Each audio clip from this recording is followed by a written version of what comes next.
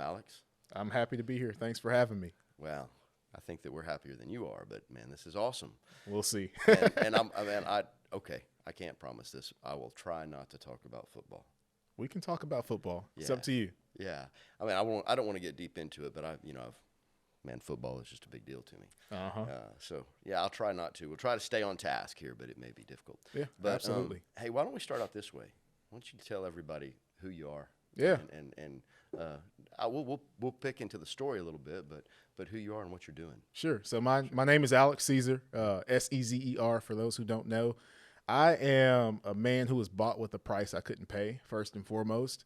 I'm Deja's husband, Miranda's baby, Alex's son. A lot of people know me as being an A&M football player. I played football at A&M from 2012 to about 2016. Yeah. Went on from there to work for an organization by the name of Opportune, doing some oil and gas consulting work. Oh, you were at Opportune. That's right. I think you told me So that. I was at Opportune. From there, received a call from a guy who I met in college in his backyard fishing, and he asked if I still wanted to start a business one day. I told him yes. We can dive into how that happened in that story, but the short of that story is that I came back to Bryan College Station, eventually became the president of his company, started another real estate company. We bought about 340 units within my personal portfolio, helped him continue to grow and establish his business. He's 30 plus years my senior. And then it was a normal Saturday. I just purchased an RV park, and God shifted me and told me it was time to do something different. So I've been in ministry since I was 13 years old. Been in school districts and things like that, in churches since I was 13. And it kind of caught me off guard.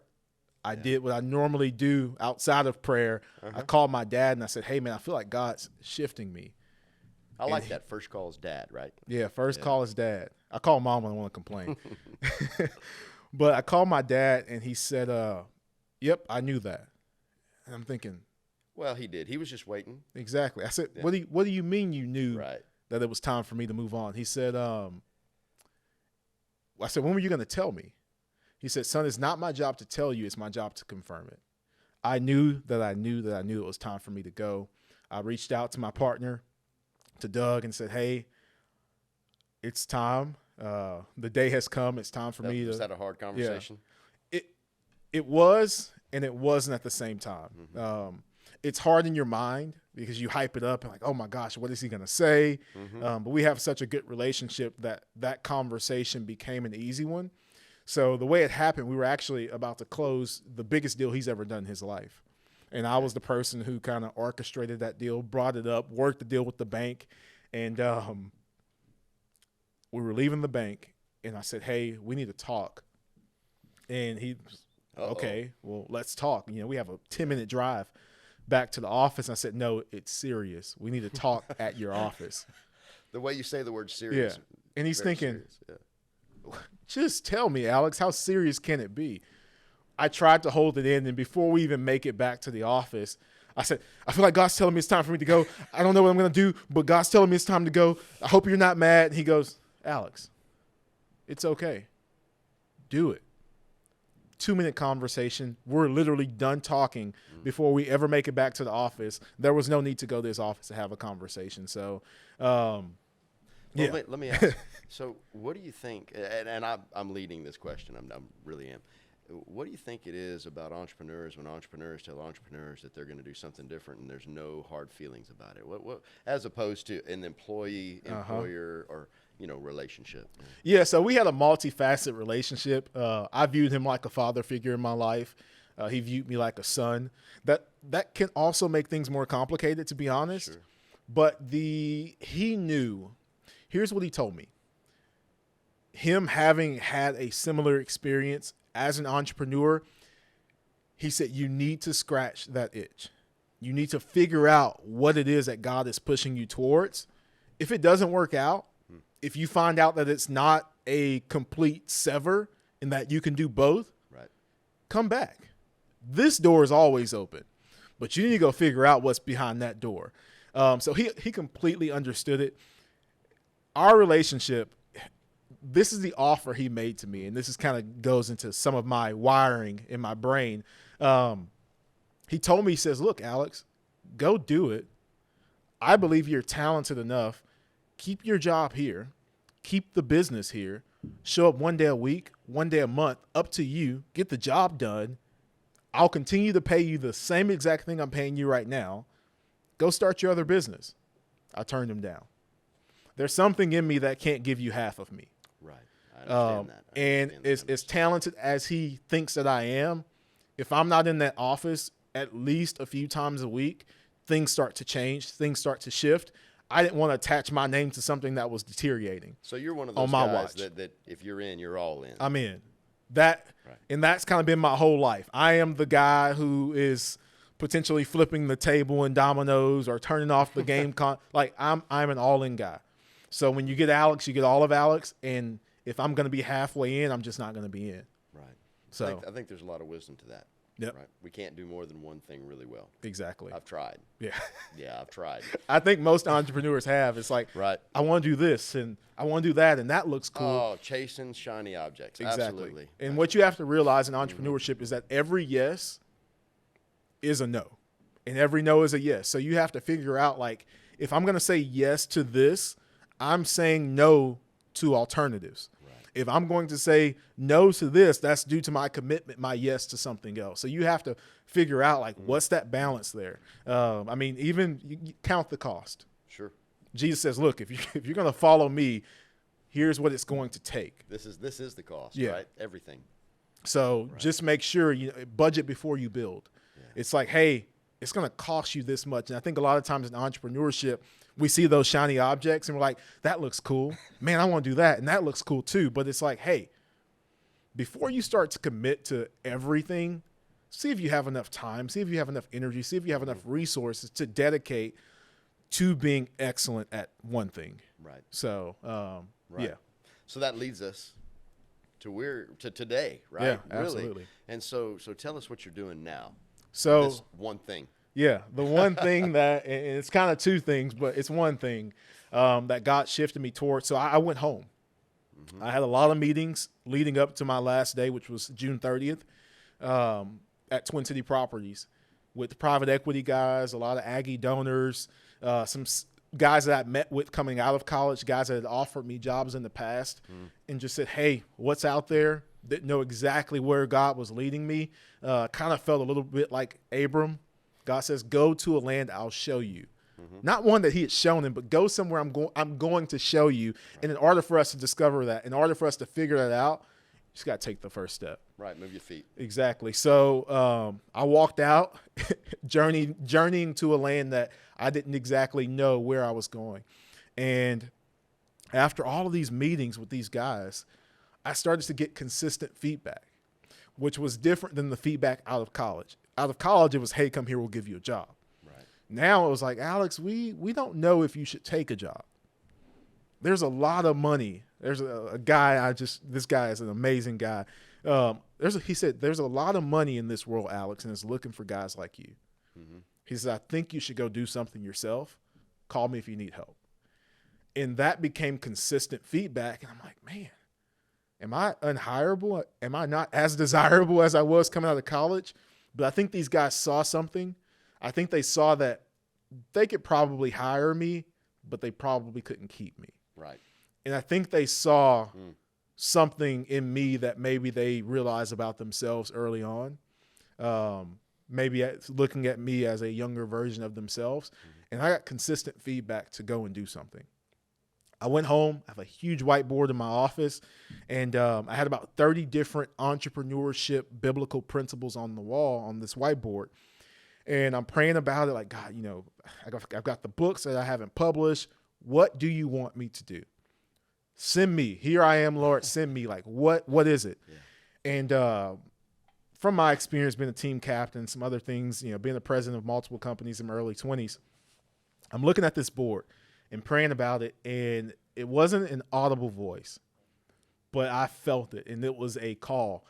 And the word was the first 7 things on your board are how company culture is created. Okay. And I look up at the board, and on the board, it said vision, purpose, mission, core values, branding, team building, and authenticity. But that was the only word I got. That's how culture is created.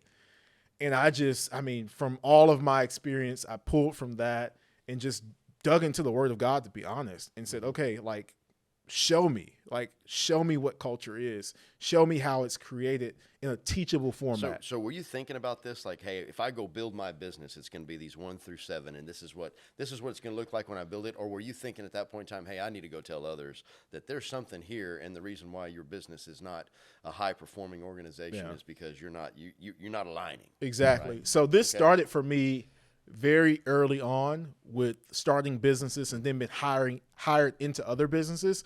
I had already done the work.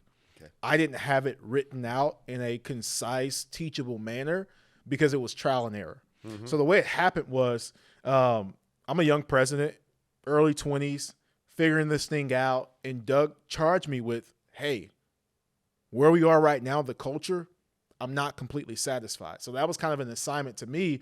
We need a vision statement. We need a mission statement. So I was charged to create all of these things. And to be honest, like, I did what most people do. Okay. Hired somebody? Google.com. Oh, Google. I read a lot of books, some good books, some not so good books. Okay. And what I found was a lot of conflicting information. Mm-hmm. And I'm thinking, Google, no way. Yeah. Really? Yeah. Not everyone says the same thing on Google. Ironic. And I'm thinking, man, like, is there anything out there that shows me step by step? Found some really great one-off information, core values, team building. I'm like, is there something out there that has all of this stuff in one spot, concisely, teachable, bite-sized information? And I didn't find it. There's a lot of people talking culture, but I didn't find it that way. The majority of them, it kind of moves towards, hats with little spinny things on the top and ping pong tables, which is not culture. Gadgets. Yeah. Right. And my slogan is that culture is taught, not bought. You can't insert the pod, the sleeping pod, and the foosball table and think that's going to work out.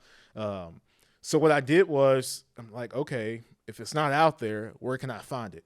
And for me, being a man of faith, like, my ultimate source of truth, my guide in life is the Bible. And I'm thinking, is it in there? That was the light bulb. When I really started to study culture from a biblical perspective and realized that it wasn't just a good thing, but a God thing. When I looked in Genesis from the beginning and saw that God told Adam to cultivate, to take care of, and I realized that culture was a God-given responsibility for us to steward the things that we're placed in charge of. The way I kind of boil it down to teach it to people is that it's a set of 3 things: beliefs, behaviors, and results. If I can influence your beliefs, if I can find people who have a deep belief and a care for things that we care about as an organization, if I can influence that then influences behaviors, the results then take care of themselves. So that's kind of how I started. Number 1 is, what is culture? Why does it matter? 2019 Lifeway Research, 4,500 churches closed down. U.S. Bureau of Labor Statistics, 2021, I think it was 2020 or 2021, 47 million Americans quit their jobs. They weren't fired. They voluntarily quit. And we can tell you that not a lot of those have come back. Exactly. So all of these things are derivative, and these were things happening before, pre-COVID. Mm-hmm. So I'm like, man, we have some cultural issues here. And then I started to dive into all of the other stuff, the vision, the mission, the purpose, the core values, how to build a brand, how to hire and find the right people. And I was literally mind blown with some of the stuff that God revealed. And honestly, I can't take credit for it. I just say the Spirit spoke to me to speak through me. And we can talk about, vision and mission and purpose and all that stuff, but that's kind of how it started. Right. So naming your business now. Mm-hmm. What is it? So I have Alex Sezer Ventures, which is kind of like the overarching deal. Right. But the program that I created is Culture Catalyst, a guide to profitable and passionate organizations.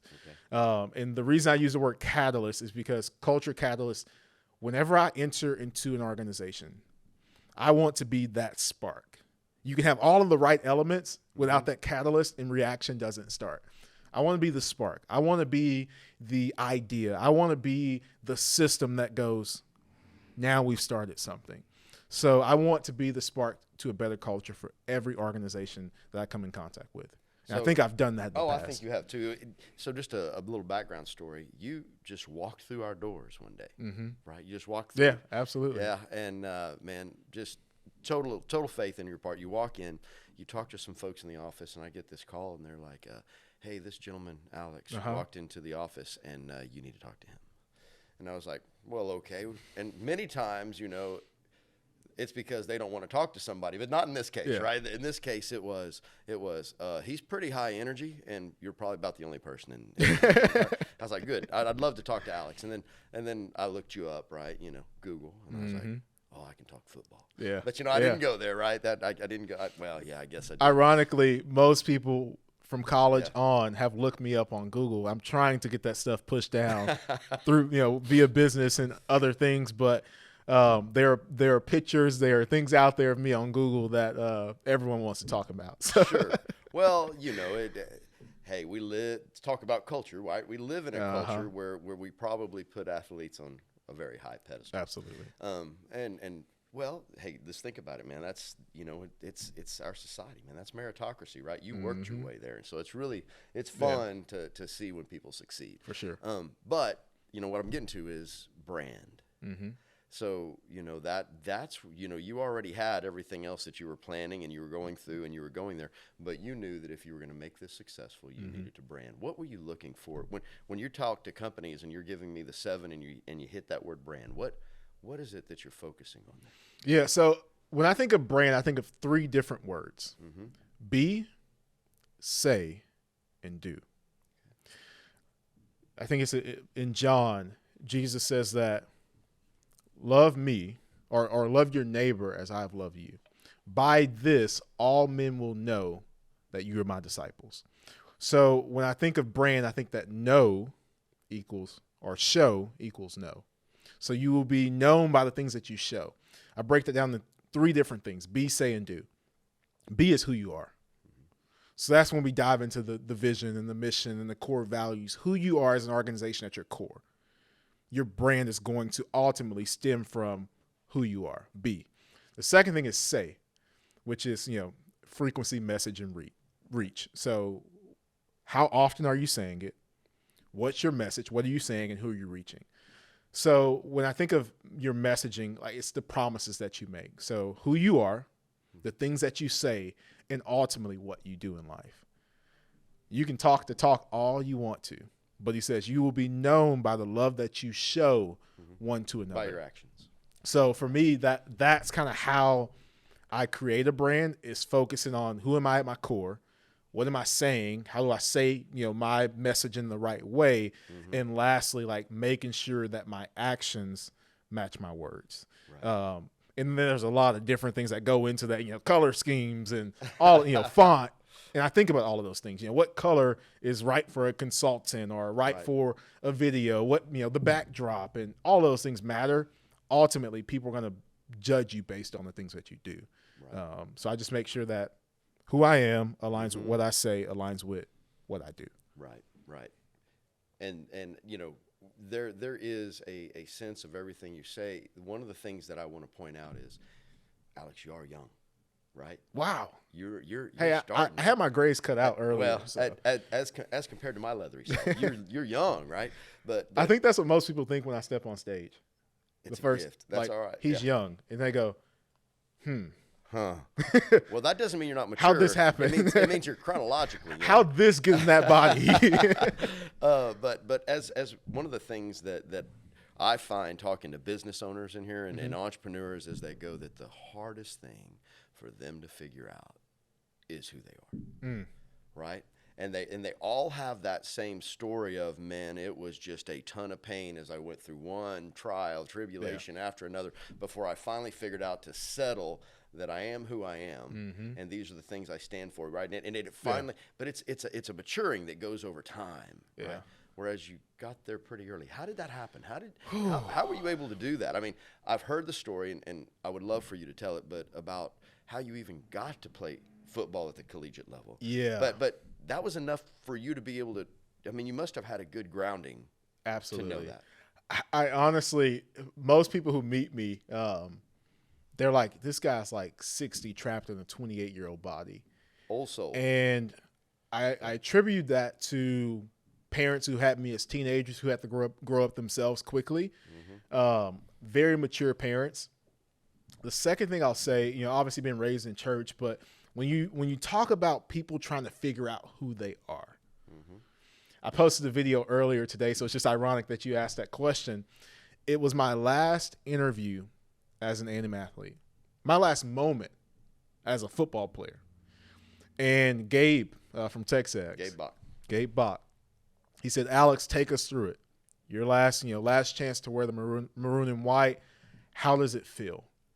I go into a little story, and then I said these words, and I found this. I'm like, this is a gem. I have to put it out there. I said, football is what I've done for the last so many years. It's not who I am. For me, that's the thing that has allowed me to shift well in life. What do I mean by that? I've been a lot of places in a short amount of time. The hardest thing for God to shift someone is that they attach what they do, what they have, to who they are. Mm-hmm. It's very hard for God to go, Alex, it's time to go, when you think of yourself as, I am a football player. Absolutely. Or I am a real estate entrepreneur. When God says, hey, I need you to put a pause on that or a comma on that sentence and take you somewhere else. So a lot of times people struggle to shift because it's like, who am I without football? Mm-hmm. If you take football away from me, who am I? If you take everything I have away from me, who am I? So I think of Jesus in the desert. So you have Jesus, and he's baptized by John in the Jordan River. He's dripping wet, soaked from baptism. The sky parts, and God says, this is my son in whom I am well pleased. He leaves the Jordan, goes into the desert, and here's what Satan says. If you are the Son of God. Now, mind you, he must have been a little missing in Matthew chapter 3. Chapter 4, he says, if you are the Son of God, command that these stones become bread. Here's the temptation that we all face. If you are, then do. It's the temptation that I am what I do, that my identity is in my position, that I am my work. My work is just something that I do, and God can shift that at any moment. The next thing he says, bow down and worship me. If you do it, I'll give you all of this. Right. I am what I have. That's a temptation. Man, I to be somebody, I have to have something. You can take everything away from me. Take the clothes off my back. Who I am doesn't change.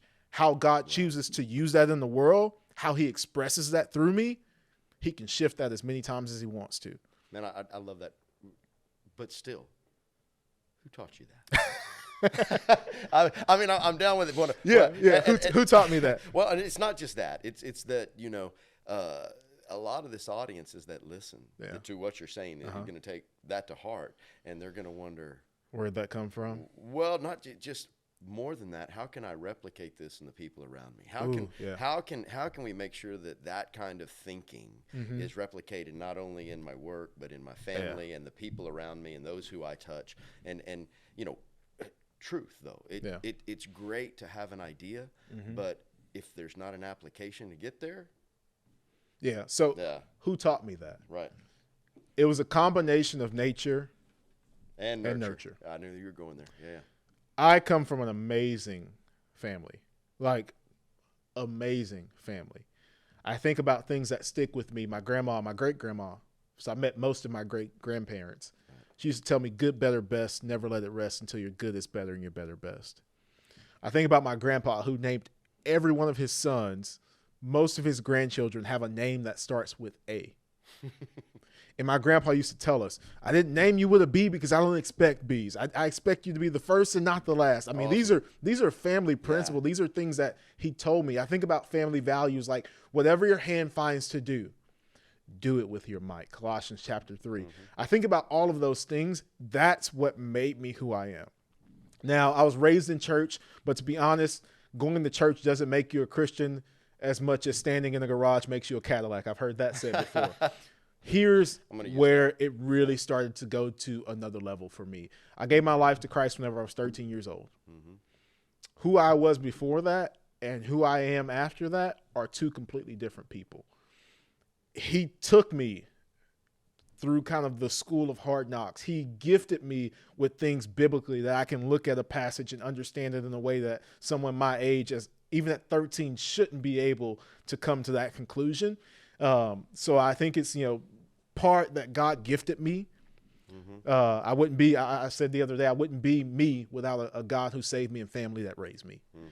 So that's where it comes from. And I've just kind of been in the school of hard knocks with God, and we've been walking this thing out, and we spend a lot of time together. Yeah. I'm reminded of the disciples. They're being asked about, how are you performing these healings? And they answer those leaders. And the word says that those leaders could come to no other conclusion except for these men have been with Jesus. They don't have the education for this. They don't have the background that says they should speak this way. The only conclusion we can come to is they've been hanging around Jesus. So that's what made me who I am. There you go. But to be able to take this out is another thing. So I wanted to hit upon this because, one of the things that we do is as we're doing branding for someone, or if we're doing marketing for someone, we need to know their market, right?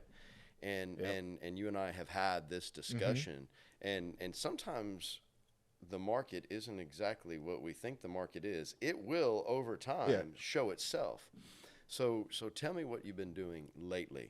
And how that's taking up your time, because when we started this journey, it was to be able to take your culture initiatives and looking at businesses and organizations. Organizations is a good word sometimes, because that kind of it's overarching. It's Absolutely. an umbrella.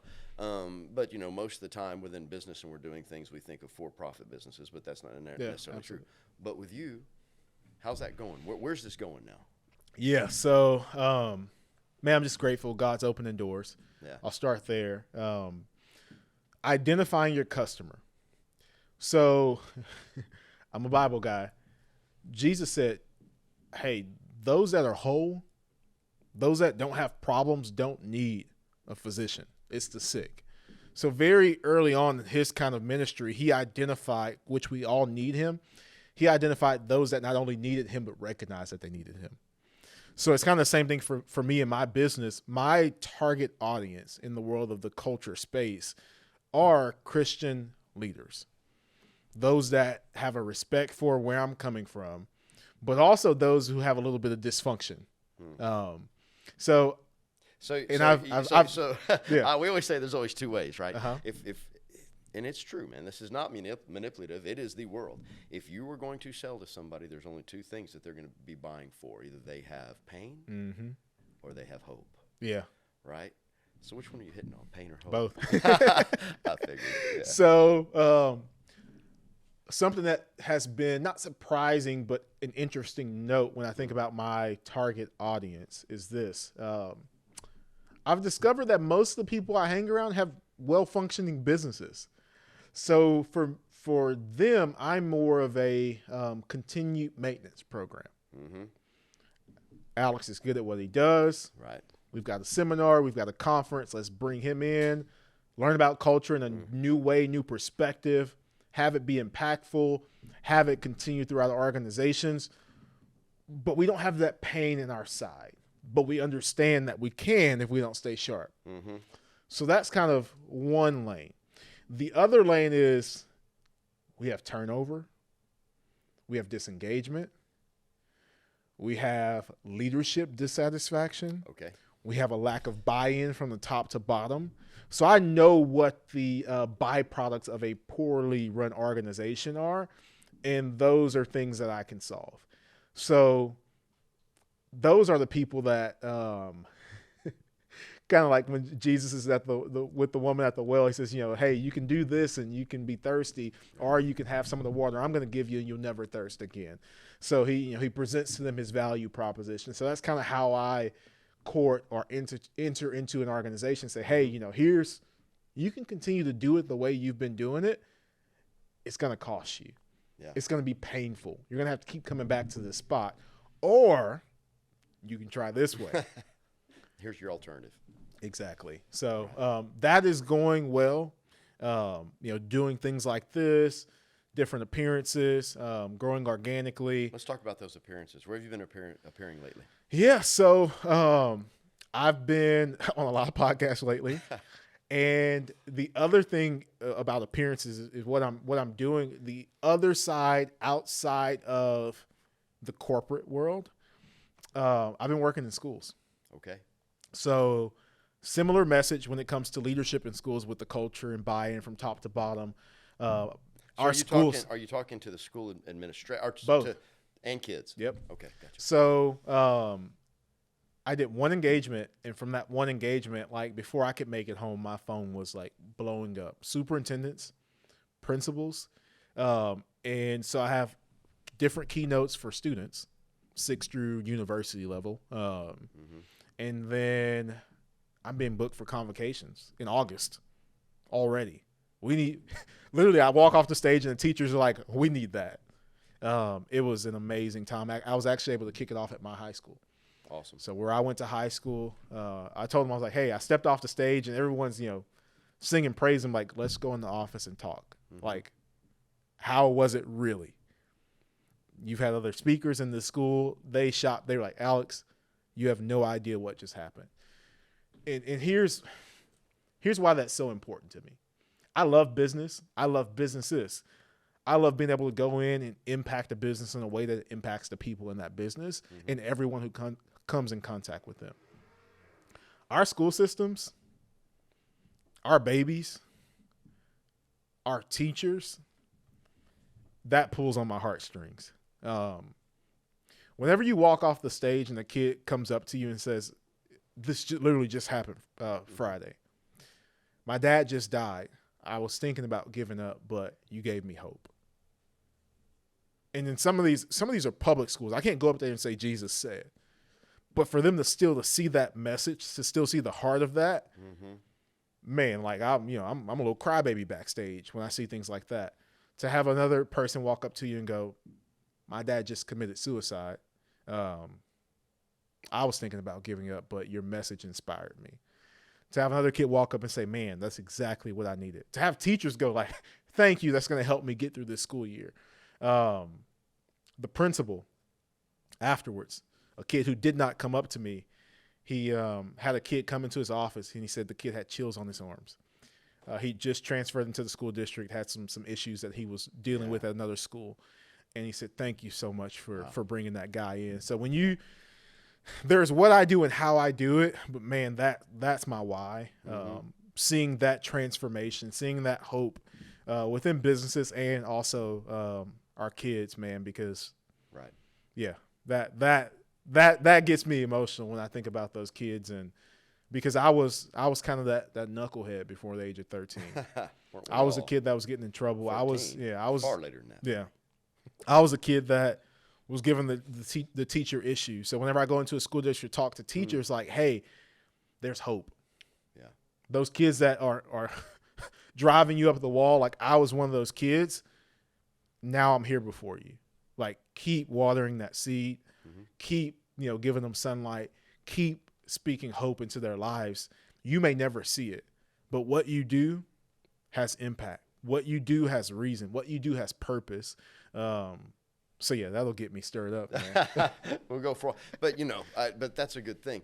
The one thing I do want to point out is that there is method to what you are doing as well. Absolutely. And so that all of those things that you're doing there, man, is not because, from what I know, and you can correct me, but yes, you are inspiring, and yes, you are speaking, but there's also that application. There's that application that in your focus.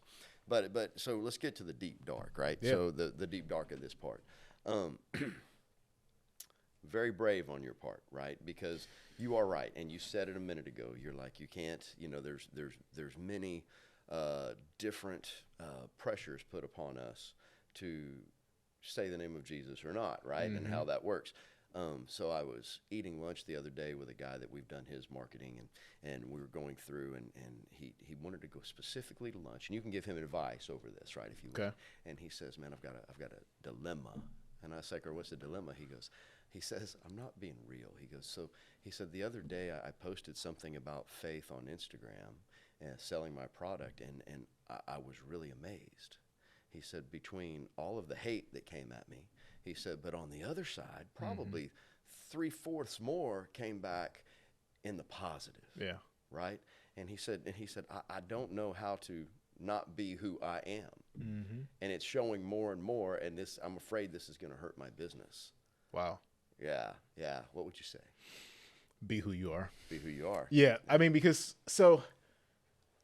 and here's what I talk about kind of in the last module I talked about in the course, authenticity.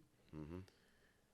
People will actually tell you a story. So I get onto campus, and I'm who you see sitting before you in a little bit younger version, but I'm this guy.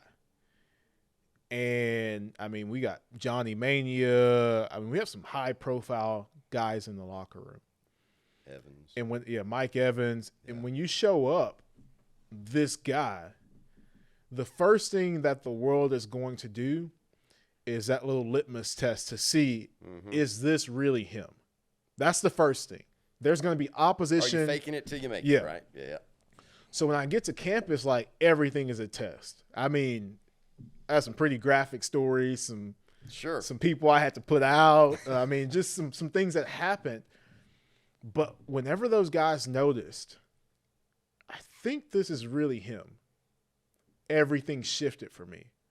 Those guys went from the guys who were testing me to see if I was who I really said I was to my protectors. Alex isn't going. They call me C's. C's is not going out. C's can't be here. Like, you have a problem with C's, you have a problem with all of us. So it instantly shifted from let's test this guy to let's protect this guy. Right. People will respect you whenever you are who you are, without fail, without change. Do we not? That doesn't mean we don't make mistakes. Mm-hmm. That means, like, you can trust. There's integrity there. Right. We tell, and that's one of my core values.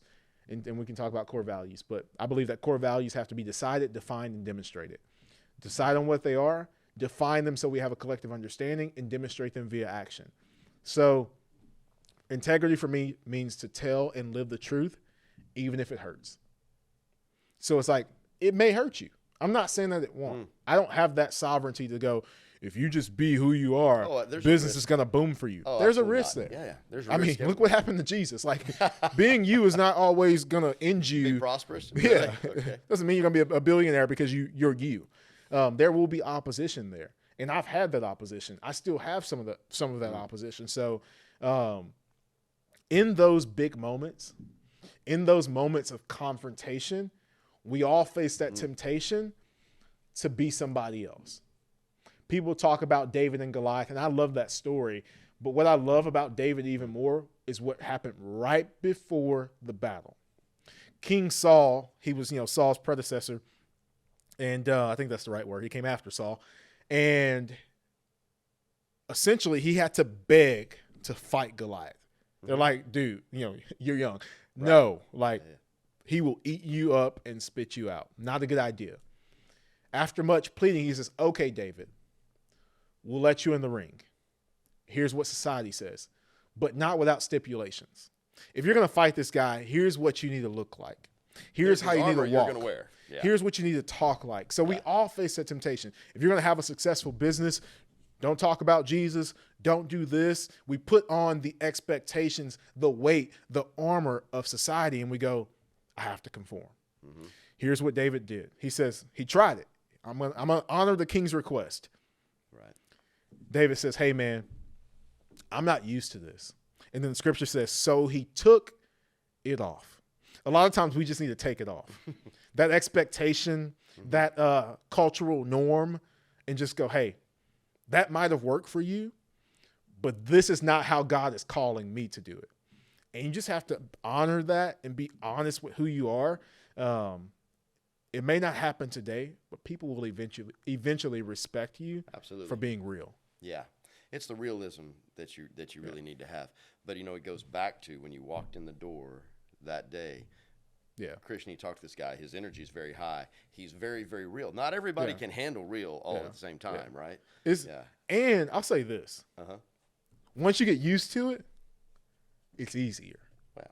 Because I don't have to go, okay, I told Chris this, and I need to make sure I tell that same story. No.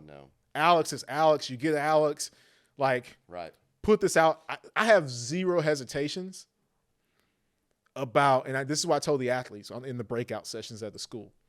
I have zero hesitations about talking into this microphone, getting up on stages across the world, being in the public eye and saying one thing and then handing the microphone to my wife, who sees me day after day, moment after moment, what she would say about me. I think what she would say is what y'all get isn't even a glimpse of what I get to see. That poor thing. The way, the way that he talks on the stage, like, hey, I'm at the house, and I'm not just, I try to preach and live being an all around man. So I can't come up on the stage and get on this podcast and fire people up and then go home and be a sorry husband. Right. Nope. She gets an all-American husband. When I come home or when she gets home, what do you need? I'm not afraid to cook dinner. I am the dedicated dishwasher in the house. I'm not afraid to wash dishes. I'm not afraid to iron her clothes. Are your feet hurting? I'm not afraid to massage them. Like, I can't be this guy in public and not be that guy at home. I can't be that guy on the field and not be that guy when I walk off the field. So for me, it's easier because I'm just me all the time. This is the guy you're going to get. So, yeah. Yeah. And we believe it. We've been hanging out now for a little bit. Yeah. We can see it. And the when you do it enough around enough people and just do it. I mean, I'm not doing it for praise or anything. The Bible says, let another man praise you and not your own mouth. So basically, like, that word of mouth marketing is the most powerful form of advertisement. Absolutely. I can sit up here and go, Alex Sezer is the greatest guy in the world. And people go, let's go verify it. But when you say it, and then we have mutual friends, Josh says it, and then this guy says it, and then Doug Peterson says it, and then my wife says it, they go, something to that. Maybe there's something there. Right. So, yeah. Yeah. Well, I've got to ask you, so through all this, man, you're going through this journey, right? You ended up a president of a company. You decided one day to change up. I'm sure that there was a little, at least a little, I'm going to use the word fear as going, well, I'm a family man. I still got to support this thing. Will it work? I'm sure that's there. And now that things are looking up, right, there's some forward momentum that's going. And we know in the entrepreneurial world that that is not always what it seems, right? Sometimes times are good, sometimes they're not. Didn't seem that way. Yeah, it has a long 6 months in the home office, which can be tough. But when it gets wheels and you feel it, you're like, oh gosh, wow, what's happening now? So here's my question: with this momentum that you have, where's it going to go in 2023? Whew. Eyes have not seen, ears have not heard, neither has it entered into the heart of man. All the things that God. So you're telling me you don't have a 5-year plan with do-outs that have to happen in order? You know what? I used to have a 5-year plan, and so I actually told the story. I had a 5-year plan on my mirror in college, and I've done most of the things that were on that 5-year plan. I'm 5+ years out of college now. A few things on there that didn't happen, that didn't need to happen, to be honest. On there, I had $1 million check written out to my mom. She's seen it, so that's still hanging over my head. But to be honest, man, like, I'm very goal oriented. My goals have shifted from the monetary values, from the XYZ, this many people, this much money, this many businesses, to impact. I'm looking to have mass impact in 2023, both businesses and schools, organizations.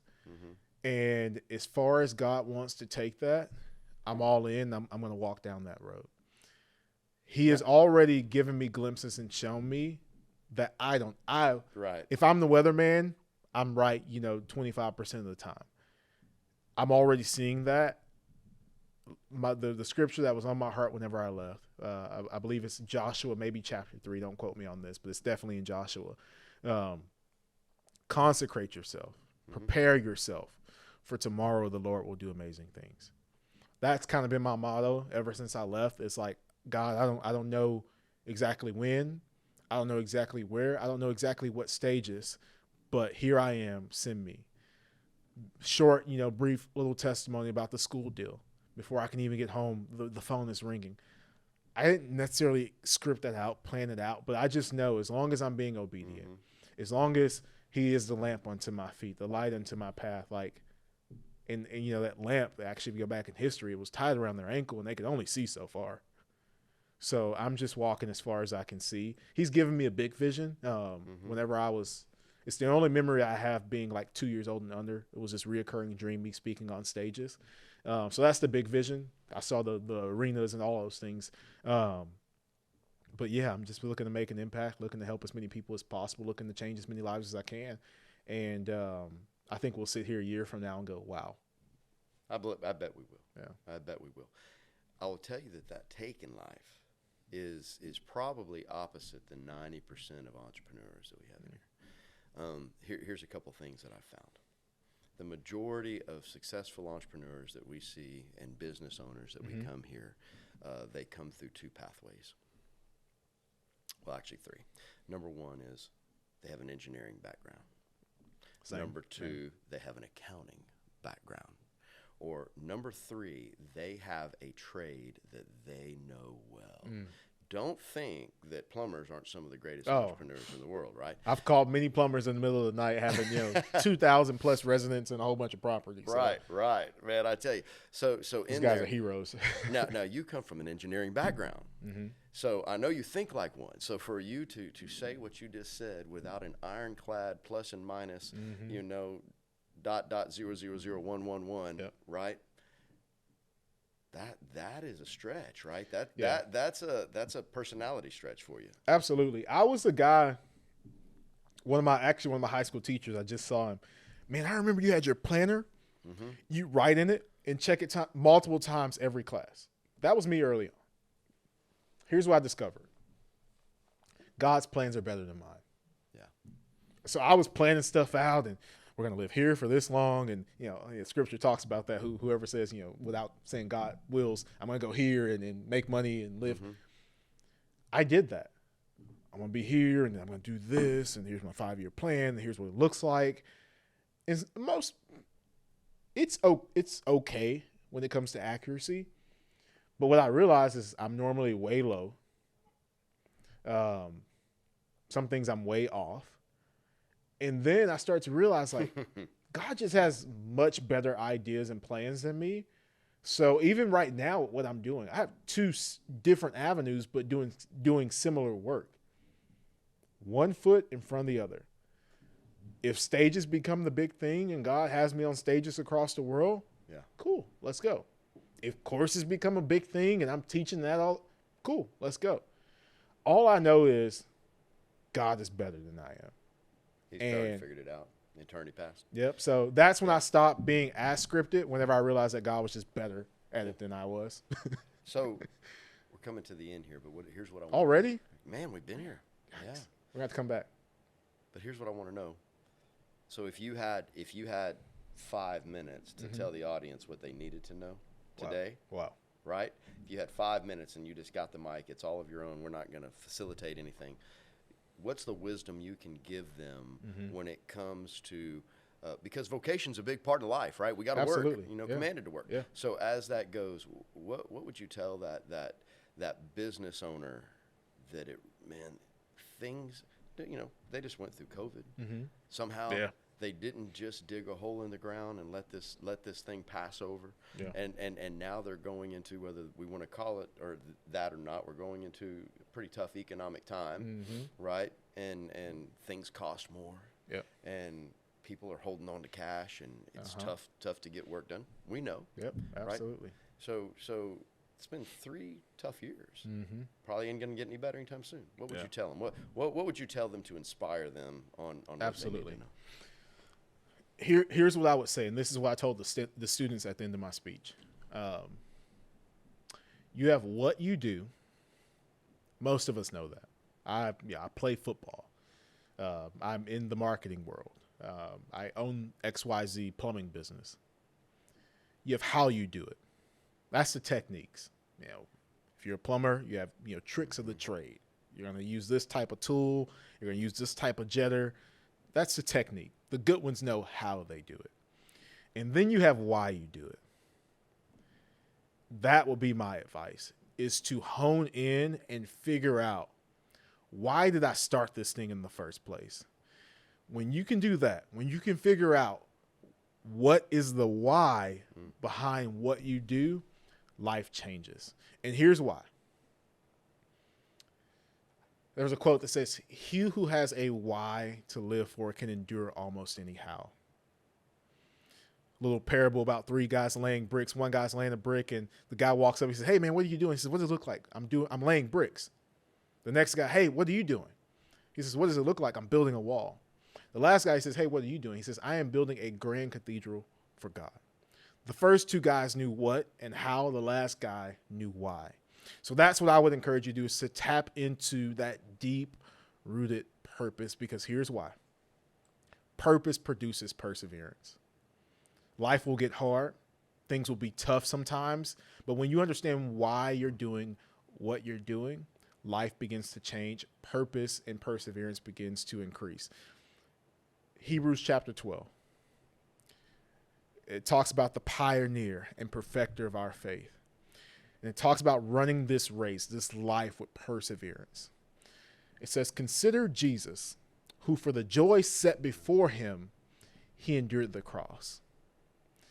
So what did I get from that? If you want to be a person of perseverance, attach purpose to it. That's the model that Jesus left us. Absolutely. Yeah. He had a reason for going to the cross. So that's my long answer for the advice I would give is to know what you do very well, learn the tricks of the trades, the how-tos. Mm-hmm. But man, when you can tap into your why, your purpose behind what you're doing, the other stuff, you'll figure it out. Keep that your main thing. Absolutely. Awesome. That's my advice.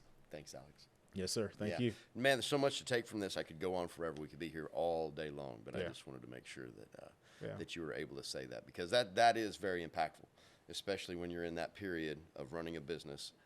Yep. Things are tough, right? Yep. It's going to get tough. Yeah. The other thing that I really take from this is that not everything is measurable.